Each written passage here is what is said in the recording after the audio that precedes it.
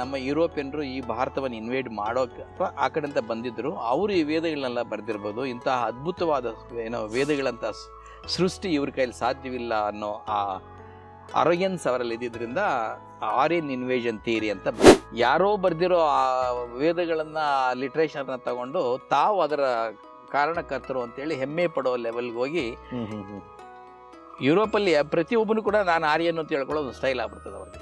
Aryans ಅಂತ ಏನಿದ್ರು ಅವರು ಇದೇ ಹರಪ್ಪ, ಮೊಹೆಂಜೊದಾರೋ ಅಥವಾ ಅಫ್ಘಾನಿಸ್ತಾನ, ಪಾಕಿಸ್ತಾನ ಈ ಜಾಗಗಳಲ್ಲಿ ಸಾವಿರಾರು ವರ್ಷಗಳಿಂದ ಮುಂಚೆನೇ ಇದ್ರು.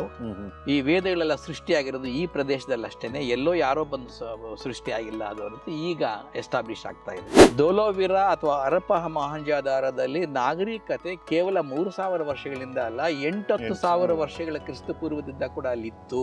ವೇದ ಕಾಲದಕ್ಕಿಂತ ಮುಂಚೆನೂ ಕುದುರೆ ಇಲ್ಲಿತ್ತು ಅನ್ನೋದಕ್ಕೆ ಸ್ವಲ್ಪ ಎವಿಡೆನ್ಸ್ ಸಿಗುತ್ತೆ.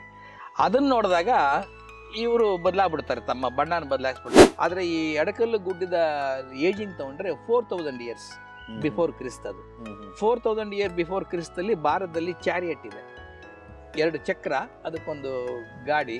ಅದನ್ನು ಎಳೆಯೋದಕ್ಕೆ ನಿಮಗೆ ಪವರ್ ಬೇಕೇ ಬೇಕಲ್ವಾ?